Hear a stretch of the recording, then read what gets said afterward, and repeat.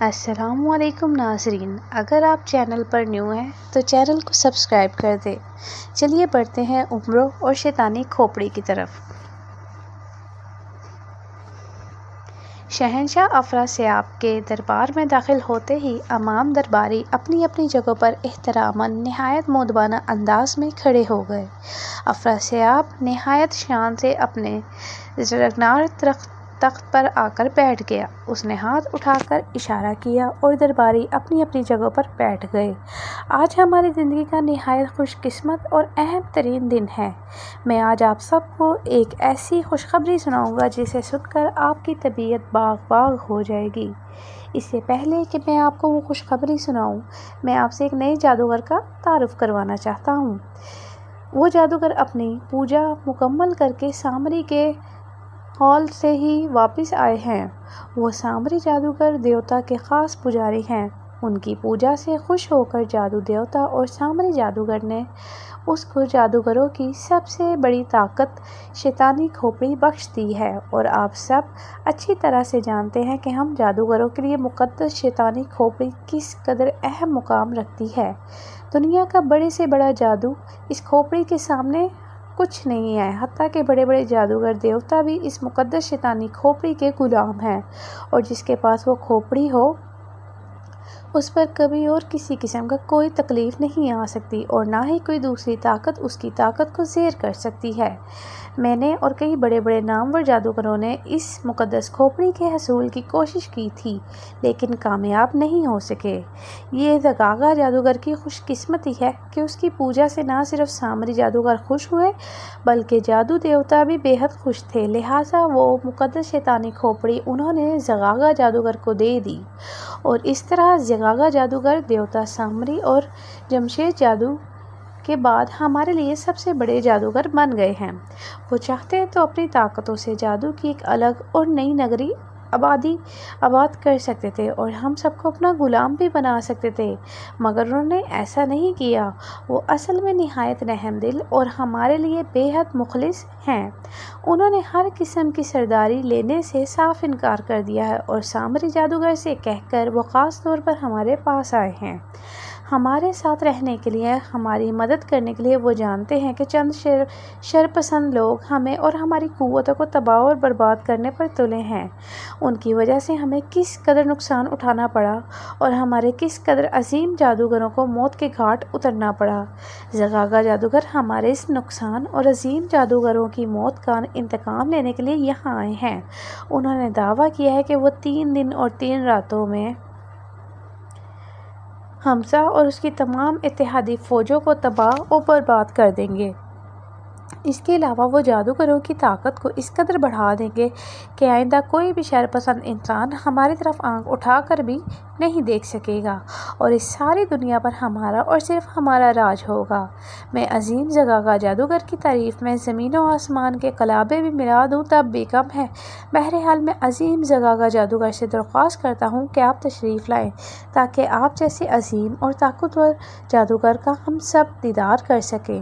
آخری الفاظ افراسیاب نے اوپر دیکھتے ہوئے نہایت عجز اور انکساری سے کہے تھے، اور تخت سے اٹھ کر نہایت مؤدبانہ انداز میں کھڑا ہو گیا۔ اس کے کھڑے ہوتے ہی تمام جادوگر بھی اپنی اپنی جگہوں پر کھڑے ہو گئے۔ ان کے چہروں پر بلاغ کا احترام اور اشتیاق نظر آ رہا تھا، جیسے وہ واقعی اس قدر عظیم اور مقدس جادوگر کو دیکھنے کے لیے بےتاب ہو رہے ہیں۔ افراسیاب ابھی یہ سب کہہ کر خاموش ہی ہوا تھا کہ اچانک سارے دربار میں نہایت دلفریب اور بھینی بھینی خوشبو پھیلتی چلی گئی، اور پھر دربار میں ہر طرف سے چمکدار زرے اور پھولوں کی پتیاں گرنے لگیں۔ یہ دیکھ کر افراسیاب اور دوسرے جادوگروں کے چہرے پر بے پناہ عزت کے آثار نظر آنے لگے، اور پھر اچانک ایک زوردار کڑاکا ہوا۔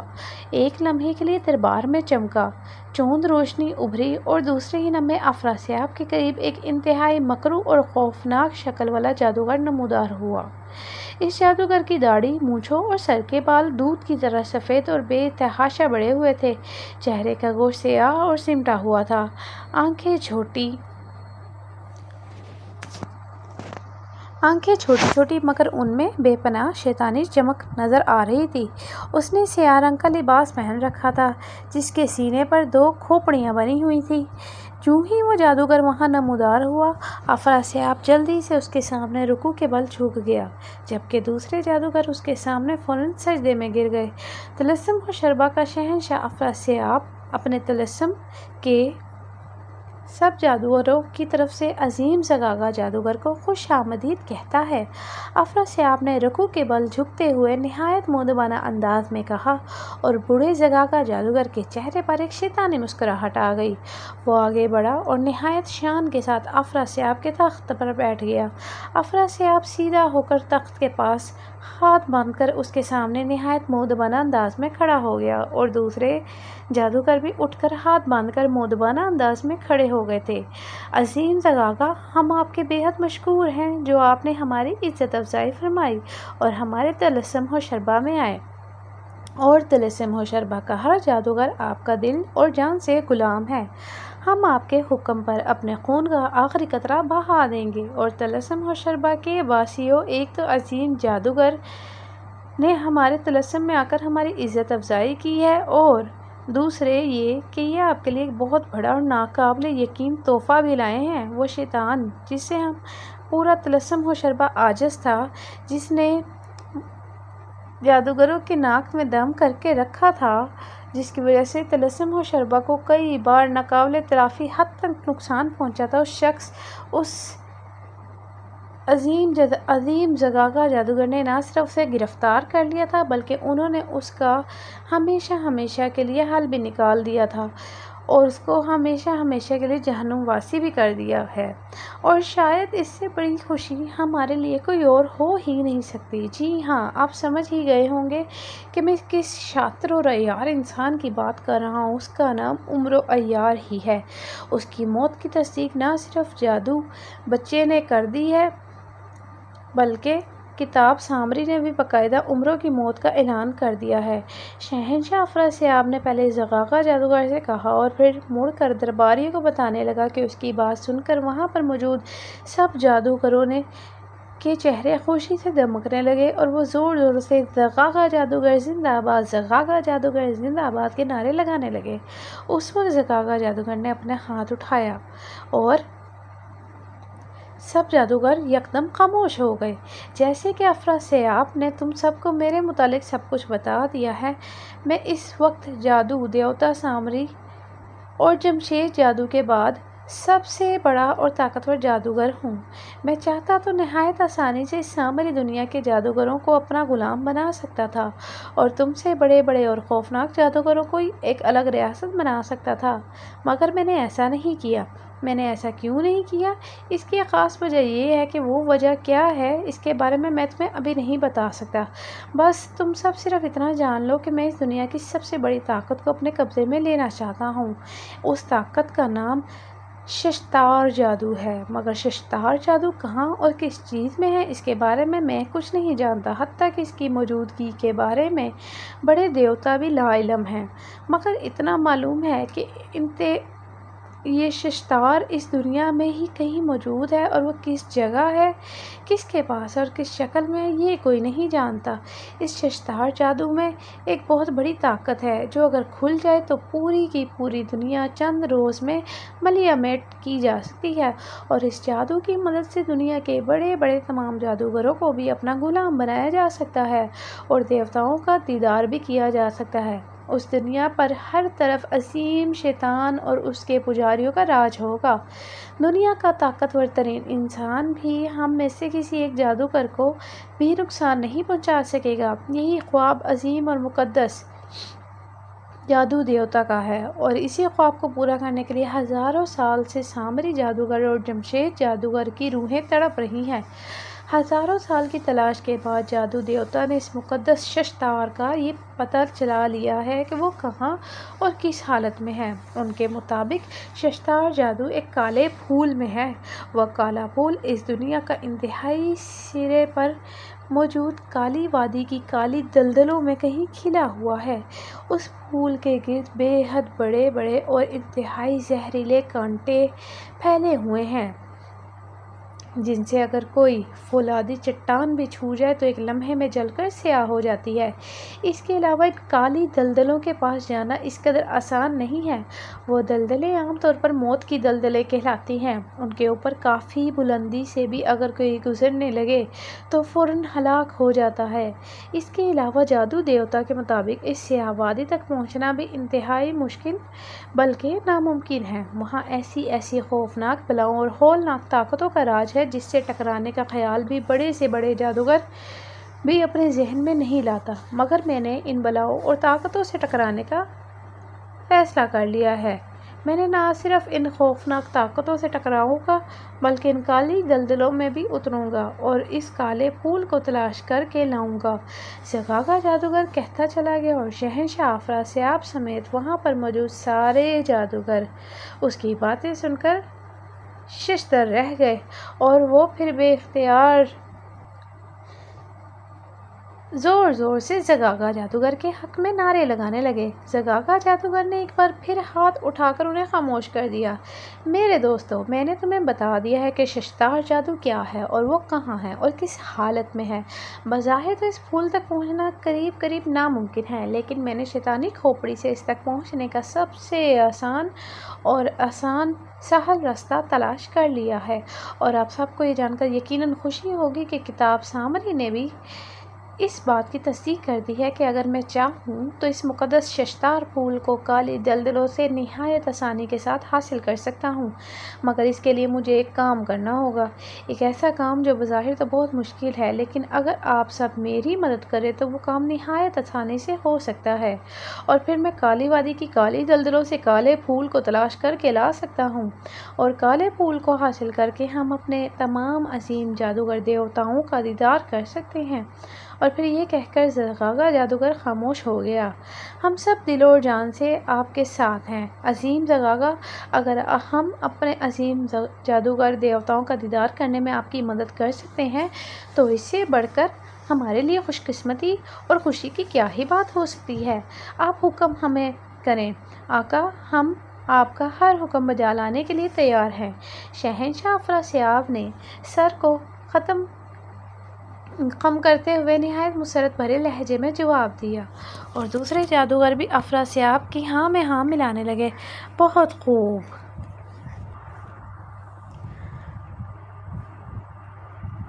مجھے تم لوگوں سے یہی امید تھی۔ میں تم لوگوں سے بہت خوش ہوں۔ دیوتاؤں کا دیدار کر کے میں ان سے سفارش کر کے تمہاری طاقتوں میں اس قدر اضافہ کروا دوں گا جس کے بارے میں تم میں سے کوئی سوچ بھی نہیں سکتا۔ میں پہلے ہی جانتا تھا کہ تم سب میری مدد کرو گے اور انکار بھی نہیں کرو گے، اس لیے تو میں یہاں آیا ہوں۔ مجھے تم لوگوں کی حالات کا پتہ تھا کہ تم سردار امیر حمزہ سے کس قدر خائف ہو اور کس طرح اس سے شکست پر شکست کھاتے چلے آ رہے ہو۔ عمرو عیار نامی ایک شخص نے کس حد تک تمہاری زندگیوں کو عذاب بنا رکھا تھا، یہ اتفاق ہی تھا کہ اس وقت میں طلسم و شربہ آ رہا تھا۔ اس وقت عمرو عیار ایک جادوگر کا مجھے بھیس بدل کر طلسم میں داخل ہو رہا تھا۔ میرے طاقتور علم نے مجھے فوراً اس کے متعلق بتا دیا۔ میں اس پر موت بن کر جھپٹ پڑا اور اس کو ہلاک کر ڈالا۔ اس کو ہلاک کر کے اس کی لاش میں طلسم و شربہ کے چوراہے میں لٹکا آیا ہوں۔ تم جا کر خود اپنی آنکھوں سے دیکھ سکتے ہو۔ باقی رہا سردار امیر حمزہ اور اس کا لشکر، تو میں تمہیں یقین دلاتا ہوں کہ میں 3 دنوں میں ان کو مکمل طور پہ صفایا کر دوں گا، اور اس دنیا میں اس کا نام و نشان تک باقی نہیں رہے گا۔ اب باقی رہی تمہارے میرے ساتھ والی بات، تو مجھے 7 ایسے بچوں کا خون چاہیے جو کہ 14ویں کی رات کو پیدا ہوئے اور جن تھیلیوں پر بھورے تل ہوں اور ان کی ہتھیلیوں پر بھورے تل ہوں۔ ایسے بچوں کو میں غسل کر کے ان کے خون سے نہایت آسانی کے ساتھ نہ صرف کالی وادی میں جا سکتا ہوں بلکہ کالی دلدلوں میں بھی کئی دن نقصان اٹھائے بغیر کالے پھول کی تلاش بھی کر سکتا ہوں۔ اوہ، یہ تو واقعی بہت آسانی کی بات ہے۔ میں بھی چند جادوگروں کو طلسم سے باہر بھیج دیتا ہوں تاکہ وہ 7 ایسے بچوں کی تلاش کر لیں۔ افراسیاب نے خوش ہو کر کہا۔ طلسم سے باہر نہیں افراسیاب، مجھے ایسے 7 نومولود بچے اس طلسم کے چاہیے ہیں، اور یہ بھی ضروری ہے کہ وہ طلسم و شربہ کے جادوگروں کے ہی بچے ہوں۔ ایسے 7 بچے اس طلسم و شربہ میں موجود، ان میں سے ایک بچہ تمہارا اپنا ہے جس کا نام تم نے جاکوٹا رکھا ہوا ہے۔ اس کے علاوہ باقی 6 بچے راغو، ساچڑ، ناشو، گوٹل، زکاش اور ڈاگال جادوگر کے۔ اگر تم سب اپنے اپنے بچوں کو میرے حوالے کر دو، میں اپنے مقصد میں کامیاب ہو سکتا ہوں۔ جادوگر نے کہا، اور اس کی بات سن کر افراسیاب اور ان 6 جادوگروں جن کے زغاغا جادوگر نے نام لیے تھے، ان کا وہ حال ہو گیا جیسے کاٹو تو ان کے بدن میں خون ہی نہیں۔ ان کی آنکھوں میں بلا کا خوف اور انتہائی پریشانی کے سائے لہرانے لگے۔ اس بات کی اجازت جادو دیوتا سامری اور جمشید جادوگروں کی روحوں سے لے چکا ہوں۔ آج چاند کی 10 تاریخ ہے اور اگلی 14 تاریخ کو تم سب کے بچے ایک ماہ کے ہو جائیں گے۔ اس رات میں ان بچوں کو مار کر ان کے خون سے غسل کروں گا اور اس روز کالا پھول حاصل کرنے کے لیے چلا جاؤں گا۔ زغاغا جادوگر کہتا چلا گیا، لیکن افراسیاب اور 6 دوسرے جادوگر تو جیسے اس کی بات سن ہی نہیں رہے تھے۔ ان کے دماغ بھائیں بھائیں کر رہے تھے اور انہیں ایسا محسوس ہو رہا تھا جیسے ان کا خوف سے دھڑکتا ہوا دل سینہ پھاڑ کر باہر آ گرے گا۔ اوہ، میری پوجا کا وقت ہو رہا ہے۔ لو افراسیاب، اپنا تخت سنبھالو، اب میں چاند کی 14ویں رات کو ہی آؤں گا۔ مجھے امید ہے تم میرے ساتھ پورا تعاون کرو گے۔ زغاغا جادوگر نے کہا، اور افراسیاب نے نہ چاہتے ہوئے بھی اس بات میں سر ہلا دیا، اور زغاغا جادوگر اپنی جگہ سے اٹھ کر کھڑا ہو گیا۔ اس نے اپنے ہاتھ لہرائے اور فوراً اپنی جگہ سے غائب ہو گیا۔ اس کے غائب ہونے کے باوجود افراسیاب اور وہ دوسرے جادوگر اپنی جگہوں پر ایسی حالت میں کھڑے تھے جیسے ان میں جان نام کی کوئی چیز ہی نہ ہو اور وہ پتھر کے بنے بے جان پتلے بن گئے ہوں۔ امرو یار طلسم و شربہ کی سرحد پر آ کر رک گیا۔ اس کی نظریں آسمان سے باتیں کرتی ہوئی آگ کی دیوار پر جمی ہوئی تھیں۔ وہ اس وقت ایک بوڑھے جادوگر کے روپ میں تھا۔ اس کے گال ٹماٹر کی طرح سرخ تھے، سر کے بال بری طرح بکھرے ہوئے تھے اور اس کے اوپر وہ ایک لکڑی کا سہارا لیتا تھا۔ طلسم و شربہ کی سرحد کی طرف بڑھ رہا تھا۔ ابھی وہ تھوڑی ہی دور گیا تھا کہ اچانک ایک جگمگاتا ہوا دھماکہ ہوا اور وہاں سرحد کا محافظ، ایک خوفناک شکل والا جادوگر حاضر ہو گیا۔ کون ہو تم؟ انسان اور طلسم کی طرف کیوں بڑھ رہے ہو؟ تم جو کوئی بھی ہو، یہیں سے واپس مڑ جاؤ، ورنہ طلسم کی آگ تمہیں ایک لمحے میں جلا کر بھسم کر دے گی۔ اس محافظ جادوگر نے امرو سے مخاطب ہو کر نہایت کڑک دار لہجے میں کہا، اور امرو سر اٹھا کر بوڑھوں کی طرح مچی مچی آنکھوں سے اس کی طرف دیکھنے لگا۔ میں ٹماٹر، بوڑھا ٹماٹر جادوگر ہوں، مجھے مت روکو اچھے جادوگر، میں اس وقت بہت بھوکا ہوں اور اس آگ کو دیکھ کر تو میری بھوک اور زیادہ بڑھ گئی ہے۔ میرے پاس چند دیو ہیں، میں اس کو آگ میں بھون کر کھانا چاہتا ہوں۔ کھانے کو تو میں ان کو کچا بھی کھا سکتا تھا، لیکن چونکہ میں بوڑھا ہو چکا ہوں اس لیے میرا معدہ ان کو آسانی سے ہضم نہیں کر سکے گا، اس لیے مجبوراً مجھے ان کو بھون کر کھانا پڑتا ہے۔ امرو نے بوڑھوں کی طرح نچاتے ہوئے رک کر کہا، کیا کہا؟ تم دیووں کو بھون کر کھانا چاہتے ہو؟ دیکھنے میں تو تم ایک عام سے انسان نظر آ رہے ہو اور دیووں کو کھانے کی باتیں کر رہے ہو، کہیں تمہارا دماغ تو نہیں چل گیا؟ محافظ جادوگر نے اس کی بات سن کر حیرت سے کہا، تم دیو کی بات کرتے ہو؟ ارے میں تو بڑے بڑے جنوں کو بھی مار کر کھا جاتا ہوں۔ ابھی صبح ہی میں نے ان کا شکار کیا تھا، دوپہر کو 3 دیو کھائے تھے، مگر ان کے کمبخت کو پتہ ہی نہیں چلا کہ معدے کو کس حصے میں چلے گئے، اس لیے اب اکٹھے 20 دیووں کو پکڑ کر لایا ہوں، شاید ان کو کھا کر میری بھوک کچھ کم ہو سکے۔ امرو نے مسمسی سی صورت بناتے ہوئے کہا، اور محافظ جادوگر آنکھیں پھاڑ پھاڑ کر اس کی جانب دیکھنے لگے۔ ارے اس طرح کیا آنکھیں پھاڑ پھاڑ کر مجھے دیکھ رہے ہو؟ پیچھے ہٹو، کہیں ایسا نہ ہو میں تمہیں بھی بھون کر کھا جاؤں۔ امرو نے اسے ایک طرف دھکیلتے ہوئے کہا اور وہ آہستہ آہستہ آگ کی جانب بڑھنے لگا۔ یہ دیکھ کر محافظ تیزی سے اس کے سامنے آ گیا۔ رک جاؤ، میں کہتا ہوں رک جاؤ، تم ضرور کوئی عیار ہو جو دھوکے سے طلسم و شربا میں داخل ہونا چاہتے ہو، ورنہ ایک انسان اور دیووں کو کھا لے یہ میں مان ہی نہیں سکتا۔ سچ سچ بتاؤ تم کون ہو، ورنہ میں تمہیں اٹھا کر آگ سے پھینک دوں گا۔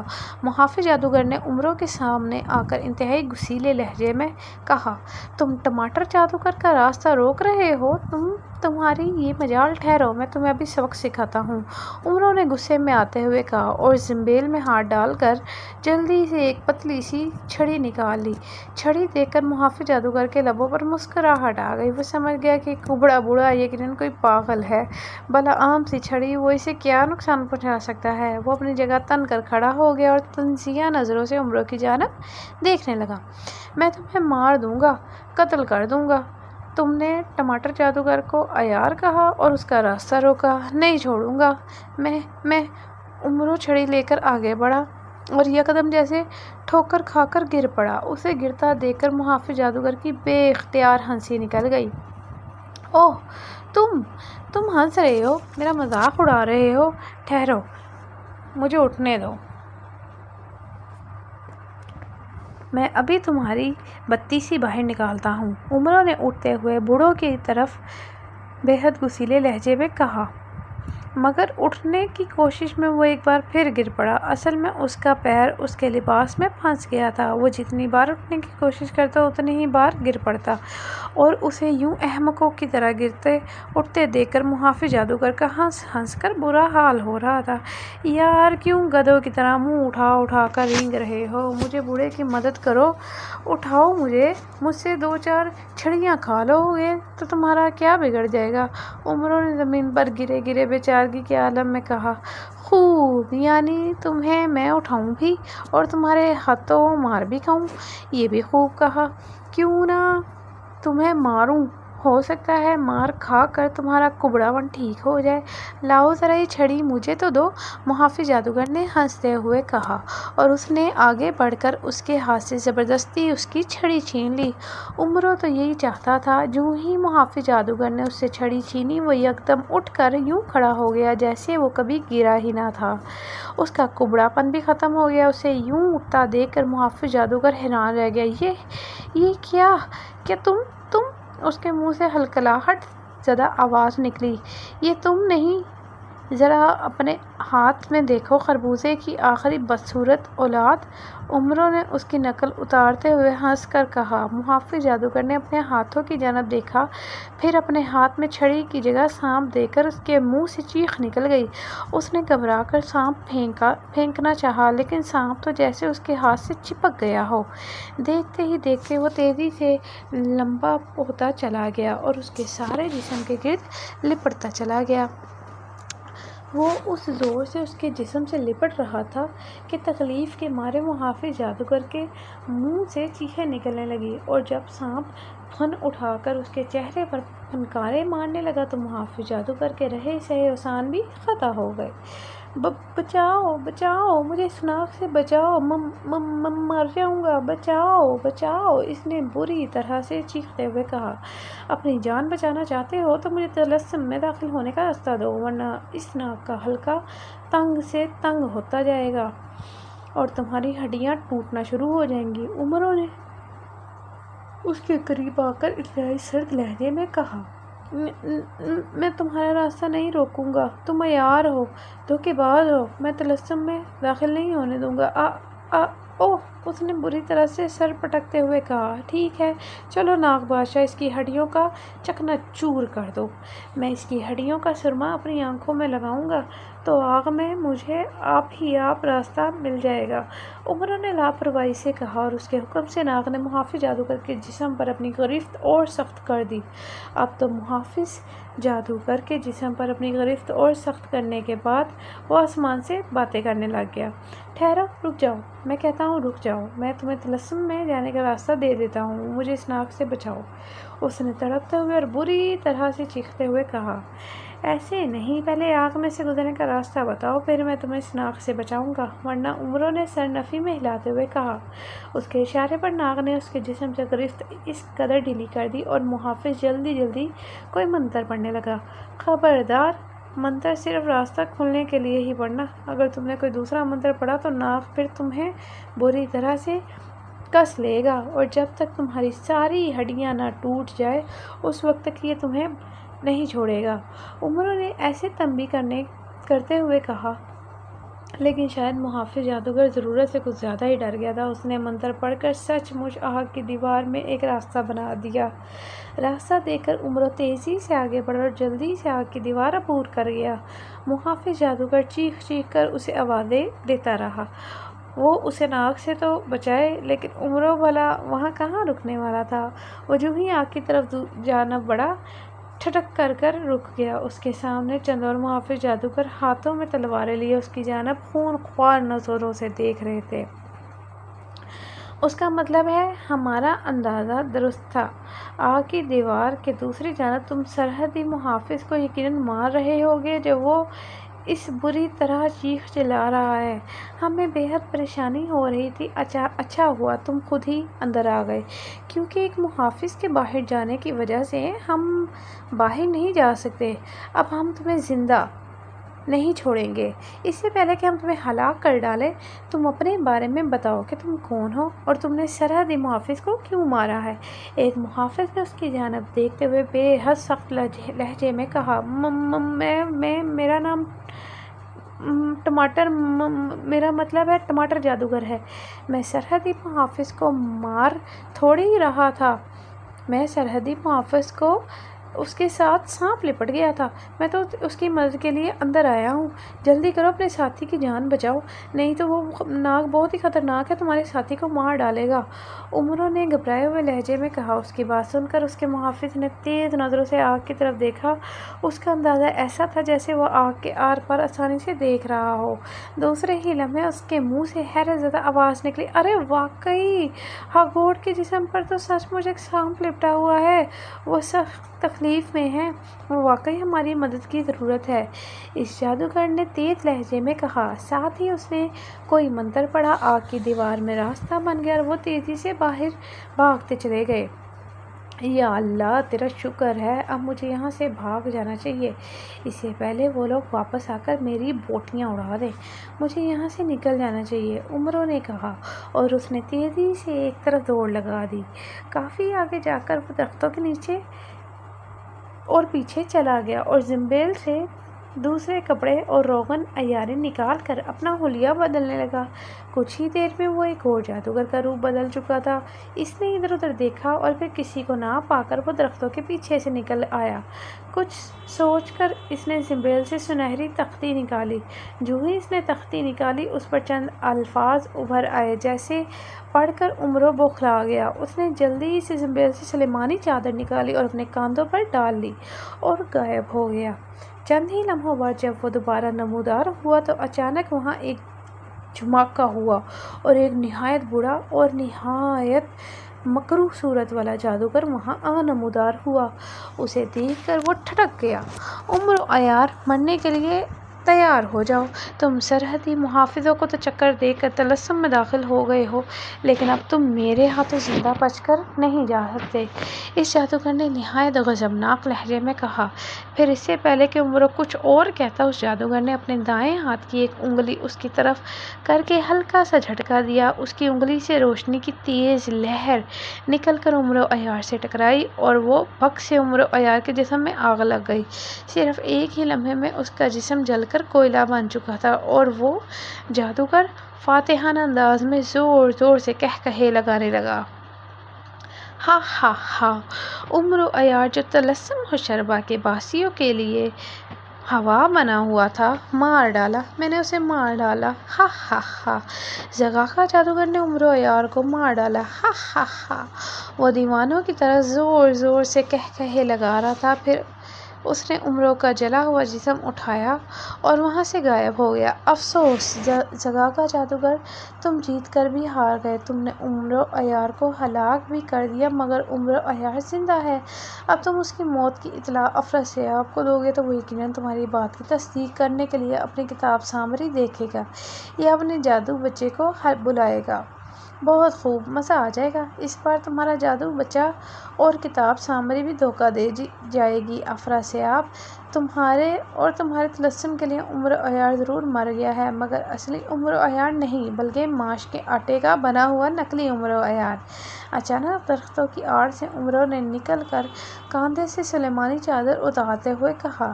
پھر اس نے چادر دوبارہ کاندھے پر ڈالی اور اس طرح غیبی حالت میں نہایت تیزی سے طلسم ہوشربا کی طرف بڑھتا چلا گیا۔ چونکہ وہ طلسم ہوشربا میں آتا جاتا رہتا تھا، اس لیے اسے ہر راستے کا نجوم علم تھا۔ وہ افراسیاب کے محل کی طرف جا رہا تھا۔ وہ افراسیاب کے چہرے پر اپنی موت کا رد عمل دیکھنا چاہتا تھا۔ محل میں پہنچ کر وہ سیدھا دربار کی جانب بڑھ گیا۔ دربار خالی تھا، وہاں افراسیاب موجود نہیں تھا۔ عمرو منہ بنا کر دربار سے نکل آیا اور مختلف کمروں میں گھومنے لگا۔ وہ ایک کمرے میں داخل ہوا اور پھر چونک کر رک گیا۔ اس کمرے میں ایک دیوار میں ایک بڑا سا خلا دکھائی دے رہا تھا۔ وہ خلا سے نیچے جاتا ہوا دکھائی دے رہا تھا۔ عمرو نے چونکہ سلیمانی چادر اوڑھ رکھی تھی، اس لیے وہ بے فکر ہو کر اس زینے کی طرف بڑھتا چلا گیا۔ زینے اتر کر وہ ایک بہت بڑے ہال نما کمرے میں آ گیا۔ کمرے میں ہر طرف دیواروں پر بڑی بڑی خوفناک شکلیں بنی ہوئی تھیں۔ کئی جگہوں پر انسانوں اور جانوروں کی کھوپڑیاں بھی ٹنگی ہوئی تھیں۔ کمرے میں ہر طرف ایک عجیب سی بو پھیلی ہوئی تھی۔ کمرے کے ایک طرف ایک سیاہ رنگت کا بہت بڑا شیطانی بت بنا ہوا تھا، جس کے قدموں کے نیچے آگ جل رہی تھی۔ اس بت کے ناک اور منہ اور کانوں سے دھواں نکل رہا تھا۔ اس بت کی سرخ رنگ کی ایک لمبی سی زبان باہر نکلی ہوئی تھی۔ اس بت کی 2 سینگ بھی تھے اور اس کی آنکھیں بے حد بڑی اور گول گول تھیں۔ عمرو حیرانی سے اس بت کو دیکھ رہا تھا۔ وہ کئی بار اس محل میں آ چکا تھا اور جہاں تک اس کا خیال تھا اس نے محل کا ایک کمرہ اور ایک تہہ خانہ دیکھ رکھا تھا۔ اس سے پہلے اس نے وہاں ایک ایسا بت نہیں دیکھا تھا۔ پھر یہ بت کہاں سے آ گیا؟ وہ کافی دیر تک اس بت کی جانب دیکھتا رہا۔ پھر اچانک ایک کھٹکے کی آواز سن کر وہ چونک پڑا۔ اس نے دیکھا وہی جادوگر جس نے سرحد کے قریب اس کے پتلے کو جلا کر مارا تھا، زینے اترتا ہوا نیچے آ رہا تھا۔ اس کے ہاتھ میں ایک انسانی کھوپڑی اور ایک ہڈی تھی۔ وہ زینے اتر کر اس کی طرف آ گیا اور بت کے سامنے آ کر کھڑا ہو گیا اور بت کی طرف دیکھتا ہوا کوئی منتر پڑھنے لگا۔ پھر اس نے ہاتھ میں پکڑی ہوئی ہڈی سے بت کے قدموں کے پاس آگ سے کچھ فاصلے پر ایک دائرہ کھینچا اور دائرے کے درمیان میں کھوپڑی رکھ دی اور اس کھوپڑی کے قریب الٹی پلٹی مار کر بیٹھ گیا۔ اس نے ہڈی ایک ہاتھ کی طرف رکھی اور بت کے سامنے ہاتھ جوڑ کر آنکھیں بند کر کے زور زور سے کوئی منتر پڑھنے لگا۔ عمرو غور سے اس کی جانب دیکھتا رہا۔ وہ چاہتا تو عقب سے تلوار حیدری کی ایک ہی ضرب سے اس جادوگر کی گردن اڑا کر اسے اپنی موت کا انتقام لے سکتا تھا، مگر وہ دیکھنا چاہتا تھا کہ آخر یہ جادوگر کون ہے اور یہ طلسم ہوشربا کے شہنشاہ افراسیاب کے تہہ خانے میں کیا کر رہا ہے، اور یہ کس کا بت ہے، اور یہ اس وقت کیا کرنا چاہتا ہے۔ بوڑھا جادوگر کافی دیر تک منتر پڑھتا رہا۔ پھر اس نے ہڈی اٹھا کر آہستہ سے کھوپڑی پر ماری۔ اس وقت کھوپڑی کی آنکھیں جیسے جان پڑ گئی ہوں۔ ذاٹا حاضر ہے آقا، حکم۔ کھوپڑی کے منہ میں کڑکڑاتی ہوئی آواز نکلی۔ ذاٹا دیوتا گرجام کے بت کو زندہ کرو، میں ان سے ایک بہت ضروری مشورہ لینا چاہتا ہوں۔ بوڑھے دگاگا جادوگر نے بے حد کڑکدار لہجے میں، اور کھوپڑی کی سیدھی اوپر اٹھتی چلی گئی اور عین بت کے سر کے برابر ہو کر آہستہ سے اس کے گرد گھومنے لگی۔ اس کی آنکھوں سے روشنی نکلنے لگی اور پھر وہ عین بت کے چہرے کے سامنے ٹھہر گئی۔ اس کی آنکھوں سے سرخ روشنی نکل کر بت کی آنکھوں میں پڑنے لگی، اور پھر یہ دیکھ کر عمرو کی آنکھیں حیرت سے پھیلی چلی گئی کہ بت کے جسم میں واقعی جان پڑتی جا رہی تھی۔ کچھ ہی دیر بعد اس بت کی جگہ وہاں ایک نہایت خوفناک شکل والا دیو کھڑا نظر آ رہا تھا۔ اس وقت کھوپڑی اس کی دیو کے عین سر پر بیٹھ گئی۔ کیا بات ہے زگاگا جادوگر، تم نے مجھے یہاں کیوں بلایا ہے، اور یہ تم سامری کے معبد کو چھوڑ کر طلسم ہوشربا میں کیوں چلے آئے ہو؟ کیا تم افراسیاب کی جگہ اس طلسم کے شہنشاہ بننا چاہتے ہو؟ دیو نے حیرت بھری نظروں سے اس کی طرف دیکھتے ہوئے پوچھا۔ میں نے سامری کا معبد ہمیشہ کے لیے چھوڑ دیا ہے۔ گرجام دیوتا اور میں نے سامری کی روحوں کو بھی اپنے قبضے میں لے لیا ہے۔ نہ صرف سامری جادوگر بلکہ میں نے جمشید جادوگر کی روح کو بھی سنہری بوتل میں بند کر لیا ہے۔ بوڑھے زگاگا جادوگر نے خوش ہو کر فخر بھرے لہجے میں کہا اور اس کی بات سن کر صرف وہ دیو بلکہ امرا بھی حیران رہ گیا۔ کیا کہا تم نے؟ سامری اور جمشید جادوگروں کی روحوں کو بھی قید کر لیا ہے؟ اوہ وہ کیوں؟ تم نے ایسا کیوں کیا ہے زگاگا جادوگر؟ اس بات کا علم جب جادو دیوتا کو ہوتا تو وہ تمہارا کیا حشر کریں گے اور اس بارے میں تم نے سوچا تھا؟ دیو نے اس کی طرف دیکھتے ہوئے غصیلے لہجے میں کہا۔ اس لیے تو میں نے آپ کو یہاں بلایا ہے عظیم دیوتا، آپ کو میری مدد کرنا ہوگی۔ میں بے حد پریشان ہوں۔ جب سامری جادوگر نے میری پوجا پوری ہونے کے بعد مجھے مقدس کھوپڑی دی تو میں نے سامری جادوگر سے اپنی جوانی اور طویل عمر مانگی، جیسے سامری جادوگر نے صاف انکار کر دیا۔ میں نے اس سے بے حد منت سے مدد کی مگر اس نے غصے سے مجھے معبد سے باہر نکلنے کا حکم دے دیا۔ میں اس کا حکم سن کر باہر تو آ گیا مگر پھر میں نے اس کی روح کو مقدس کھوپڑی کے ذریعے اپنے سامنے بلایا اور اس سنہری بوتل میں بند کر دیا۔ اس کے ساتھ جمشید جادوگر کی بھی روح تھی جسے مجھے مجبوراً بند کرنا پڑا ورنہ وہ مجھے ہلاک کر ڈالتا۔ میں نے ان دونوں کی روحیں لے کر پاتال دیوتا کے پاس گیا۔ انہیں میں نے ساری بات بتائی تو انہوں نے مجھے طلسم حشربا میں جانے کا حکم دیا اور انہوں نے کہا کہ میں کسی طرح طلسم حشربا کے شہنشاہ افراسیاب کو اعتماد میں لینے کی کوشش کروں۔ اس کے پاس کتاب سامری ہے، اس کتاب کی مدد سے میں اس راز کو پا سکتا ہوں جس سے میری عمر کئی ہزار سال بڑھ جائے گی اور میری جوانی دوبارہ لوٹ آئے گی۔ میں پاتال دیوتا کا حکم پا کر فوراً طلسم حشربا آ گیا اور میں سیدھا افراسیاب کے پاس آیا۔ اسے میں نے کہا میں 3000 برس تک سامری اور جادو دیوتا کی پوجا کرتا رہا ہوں، جس سے خوش ہو کر جادو دیوتا نے شیطانی جادو کی سب سے مقدس کھوپڑی مجھے دے دی ہے۔ میں نے اس سے کہا میرے پاس جس قدر طاقتیں ہیں ان کی مدد سے میں جادوگروں کی ایک الگ ریاست بھی آباد کر سکتا ہوں، اور اگر میں چاہوں تو مقدس شیطانی کھوپڑی سے اس کے سارے طلسم کو اس کے سمیت اپنے غلام بنا سکتا ہوں، مگر ایسا نہیں چاہتا۔ میں نے اس سے کہا کہ میں اس کی مدد کے لیے آیا ہوں۔ پاتال دیوتا نے مجھے افراسیاب کے متعلق ساری باتیں بتا دی تھیں۔ مجھے معلوم تھا کہ افراسیاب کی ان دنوں امیر حمزہ نامی کسی سردار سے ٹھنی ہوئی ہے اور وہ اسے ناقابل تلافی حد تک نقصان پہنچا رہا ہے۔ میں نے افراسیاب سے کہا میں سردار امیر حمزہ اور اس کے لشکر کو 3 دنوں میں شکست کر سکتا ہوں۔ میں نے اس سے کہا کہ میں اس سے سب سے بڑے دشمن عمر عیار کا خاتمہ کر دیا ہے، جس کی تصدیق میں نے اس کتاب سامری سے کی اور جادو بچے کو بھی بلا کر پوچھا، تب اس نے میری باتوں پر یقین آ گیا۔ پھر مقدس کھوپڑی دیکھ کر میں نے میرے سامنے اپنی آنکھیں تک بچھا دی۔ میں نے اسے اس حد تک اپنے اعتماد میں لے لیا کہ میں نے اس سے کتاب سامری بھی لے کر پڑھ لی اور پھر افراسیاب کو واپس دے دی تاکہ اسے شک نہ ہو۔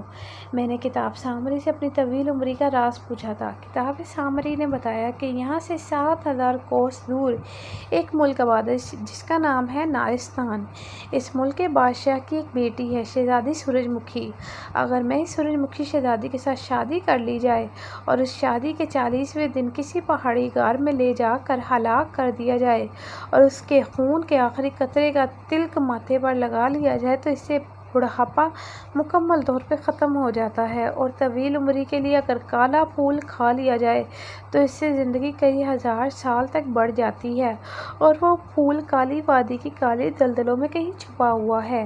اس کے لیے کتاب سامری نے بتایا تھا کہ کالی وادی اور اس کالے پھول تک میں اس صورت میں پہنچ سکتا ہوں اگر طلسم حشربا کے جادوگروں کے 7 نومولود بچے جو ایک ہی دن، ایک ہی تاریخ اور ایک ہی وقت چاند کی 14ویں تاریخ کو پیدا ہوئے تھے ان کو ہلاک کر کے ان کے خون سے غسل کر لیا جائے۔ بچوں کے خون سے غسل کرنے کے بعد میں آسانی کے ساتھ کالے پھول کو حاصل کر سکتا ہوں۔ طلسم حشربا میں 7 ایسے بچے موجود ہیں جو پچھلی چاند کی 14ویں تاریخ کو پیدا ہوئے تھے۔ ان میں سے ایک بچہ شہنشاہ افراسیاب کا بھی ہے۔ میں آپ سے مشورہ کرنا چاہتا ہوں کہ میں ان جادوگروں اور شہنشاہ افراسیاب کو کیسے راضی کروں کہ وہ اپنا اور طلسم کے باقی جادوگروں کے 6 بچے میرے حوالے کر دے۔ کتاب سامری کا حکم ہے کہ ان بچوں کو میں جبراً ان سے نہیں چھین سکتا۔ ان کا خون میرے لیے اس وقت کارآمد ہو سکتا ہے جب وہ اپنی مرضی اور خوشی سے ان کو میرے حوالے کریں۔ زغاغا جادوگر کہتا چلا گیا، یہ تم کن چکروں میں پڑ گئے ہو زغاغا جادوگر؟ کیوں خواہ دیوتاؤں اور جادوگروں کو ناراض کر کے اپنی زندگی خراب کر رہے ہو؟ تم نہیں جانتے تم نے جمشید اور سامری جادوگروں کی روحوں کو قید کر کر کتنی بڑی غلطی کی ہے۔ میرا مشورہ مانو تو ان کی روحوں کو فوراً آزاد کر دو اور دوبارہ سامری کے معبد میں جا کر اس سے معافی مانگ لو، ورنہ